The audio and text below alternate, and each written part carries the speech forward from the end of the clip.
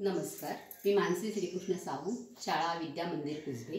आज आपण इयत्ता 6वीतील गणितमधील अपूर्णांकावरील क्रिया याच्यातील पूर्णांकयुक्त अपूर्णांकांची वजाबाकी कशी करावी हे आज शिकणार आहोत। तर या ठिकाणी मी अपूर्णांक घेतलेले आहे 3.1/3 वजा 1.1/4।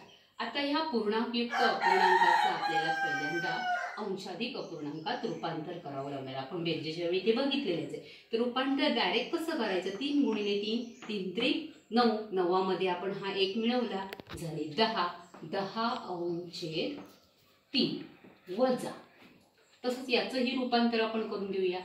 1 × 4 म्हणजे 4 एके 4, 4 मध्ये हा 1 मिळवला, झाले 5, 5/4। आता या ठिकाणी उदाहरण झालेले आहे बघा, 10/3 वजा 5/4। आता या ठिकाणी दोन्ही अपूर्णांकांचे छेद वेगवेगळे आहेत, म्हणजे भिन्न छेद आहेत। मग भिन्न छेद असतील तर आपल्याला प्रथम ते सारखे छेदामध्ये त्याचं रूपांतर करावं लागेल। मग सारखे छेदामध्ये रूपांतर करण्यासाठी आपण काय करणार आहोत? तिरकस या ठिकाणी गुणाकार करणार आहोत।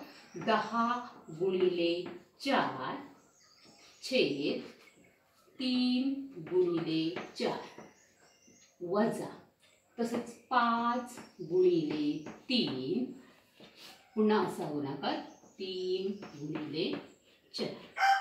त्याचं गुणाकार करून घेऊया। 10 चौक 40 छेद 3 चौक 12 वजा 5 त्रिक 15 आणि 3 चौक 12।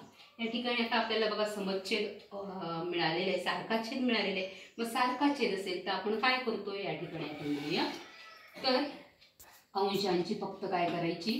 वजाबाकी करायची। 40 वजा 15 छेद आपण एकदाच घेऊया 12। आता 40 मधनं 15 गेले किती राहिले? तर 10 आपण 5 घालवले, 5 राहिले, म्हणजे हातचा घेतलाय तो, आणि इथे राहिले 3, 3 1 गेला, राहिले 2, म्हणजे उत्तर आपलं आलेलं आहे 25/12। म्हणजे या ठिकाणी 3.1/3 वजा 1.1/4 याचं उत्तर आलेलं आहे 25/12। मग ह्या झाला अंशाधिक अपूर्ण। मग आपण पूर्णांकयुक्त अपूर्णांकामध्ये याचंही रूपांतर करू शकतो। 12 ने आपण 25 ला भागायचं, मग 12 ने 25 ला भागल्यावर कितीचं उत्तर आहे? भाग लागतोय बघा आपल्याला, 12 दुणे 24 राहिला 1, हा तो आपण वरती, आणि कितीने भागले? 12 ने। उत्तर आलेलं आहे 2.1/12। मग अशा प्रकारचे तुमच्या पुस्तकामध्ये उदाहरण आहे, ते तुम्ही तुमच्या वहीत सोडवायचे। धन्यवाद।